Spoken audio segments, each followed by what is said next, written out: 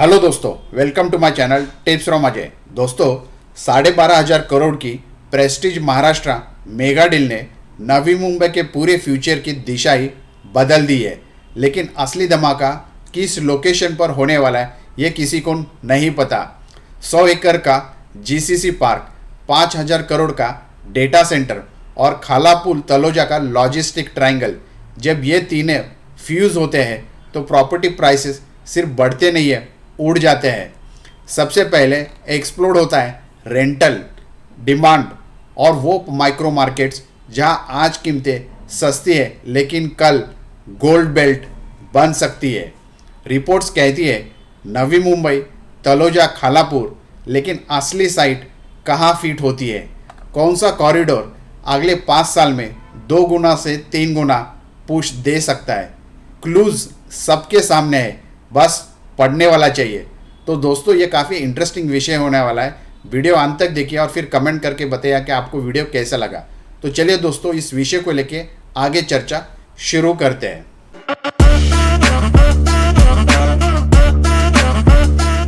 दोस्तों, महाराष्ट्र सरकार और प्रेस्टीज ग्रुप ने एमओयू साइन किया है। इसका कुल निवेश 12,500 करोड़ का बताया जा रहा है।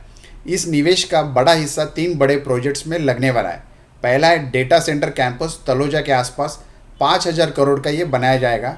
दूसरा है 100 एकड़ का ग्लोबल कैपेबिलिटी सेंटर जो जीसीसी पार्क नवी मुंबई के आसपास 5,000 करोड़ का बनाया जाएगा, जिसमें अनुमानित सैकड़ों से हज़ारों डायरेक्ट जॉब्स इम्पैक्टेड या बन सकती है।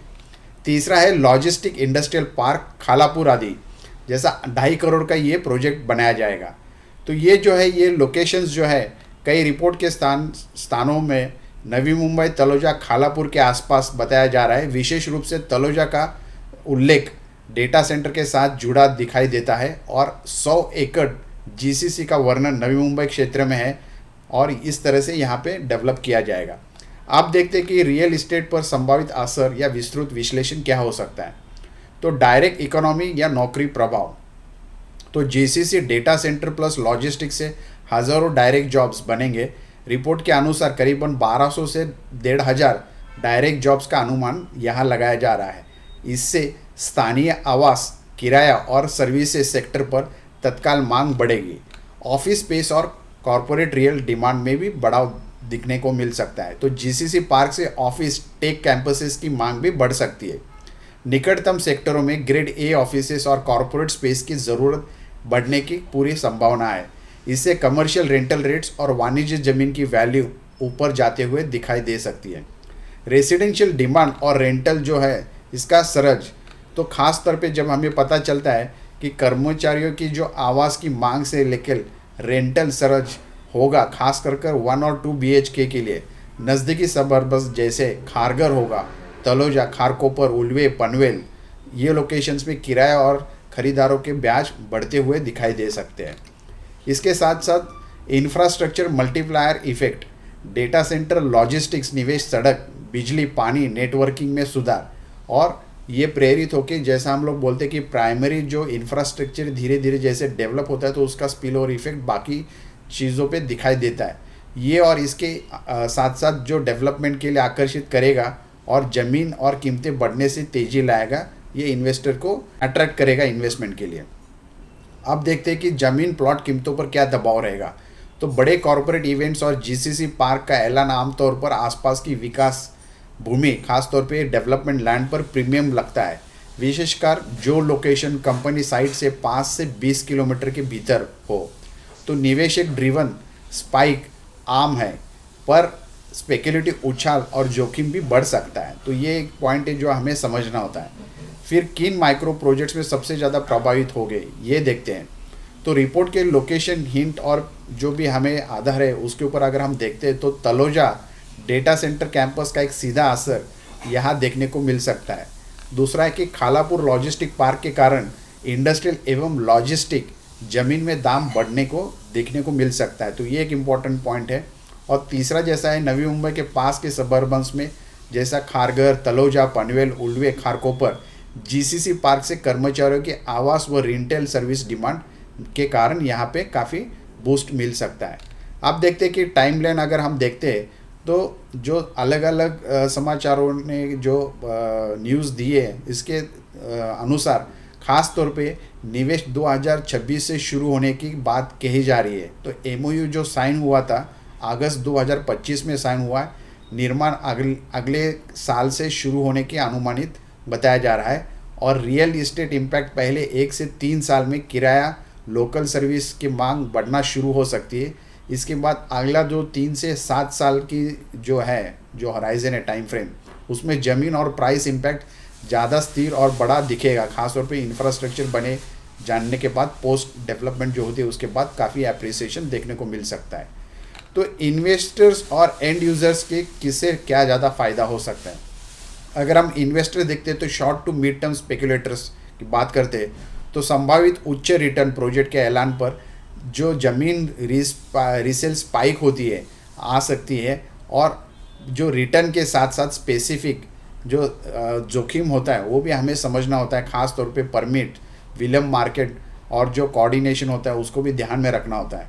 इसके साथ साथ लॉन्ग टर्म इन्वेस्टर जो एंड यूज़र्स है उसके हिसाब से अगर हम देखते हैं तो यदि आप 5 साल के ऊपर का टाइम होराइजन देखते हैं तो ग्रीन फ्लैग, बेहतर RBT plots, proximity, rental income और रीसेल वैल्यू में लॉन्ग टर्म बेनिफिट देख सकते हैं। तो कम हिस्सेदारी पर नज़दीकी की अच्छी कनेक्टिविटी वाले प्रोजेक्ट्स चुने, ज़मीनी दस्तावेज साफ हो, ड्यू डिलिजेंस प्रॉपरली देखना ज़रूरी है और बिल्डर प्रोफाइल जांचे, प्रेस्टीज जैसे रेपुटेड फर्म कम जोखिम देते हैं।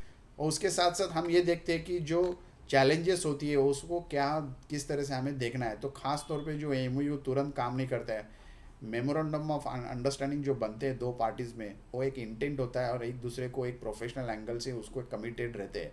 तो एमओयू के बाद भी ज़मीन से जुड़ी कानूनी मंजूरी और ज़मीन की खरीदारी जो होती है इसमें शुरू के तौर पे काफ़ी चुनौतियाँ हो सकती है।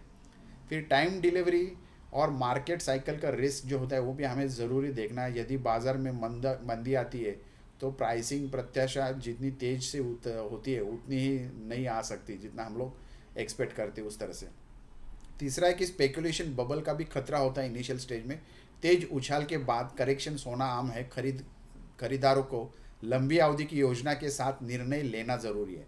और लोकल इंफ्रास्ट्रक्चर, बिजली, पानी, रोड कनेक्टिविटी पर निर्भरता रखते हैं हम लोग, डिपेंडेंसी रहते हैं, ये पहले से हमेशा बराबर नहीं बनते। इस पर विकास की तेज़ी बड़ी भूमिका निभाती होती है। मतलब ये जो विकास है, डेवलपमेंट जो होता है, ये इसके ऊपर काफ़ी डिपेंड करता है।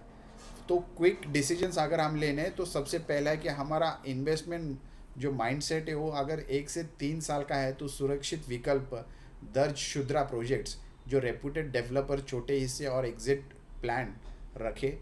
अगर आप लॉन्ग टर्म गृह खरीदारी के प्लान कर रहे हैं तो नज़दीकी अच्छे कनेक्टिविटी वाले प्रोजेक्ट्स पर ज़्यादा नज़र रखें। जीसीसी डेटा सेंटर का प्रभाव रेंटल और रीसेल दोनों में बेहतर तरीके से दिखाई दे सकता है।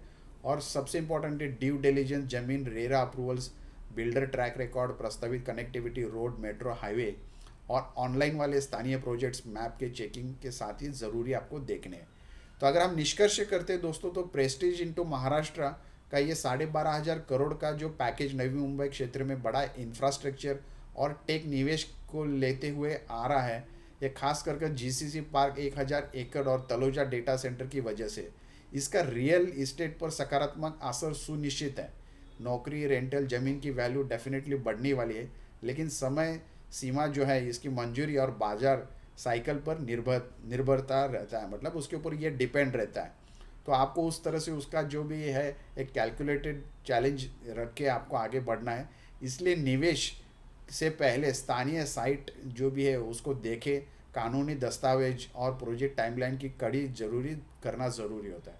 उम्मीद करते हैं कि आपको ये वीडियो अच्छा लगा होगा, एक थोड़ा इंसाइट आपको इस वीडियो द्वारा मिला होगा और ऐसे इंटरेस्टिंग टॉपिक के साथ हम आपके पास आते रहेंगे। Thank you so much. Take care of yourself and your family. Thank you.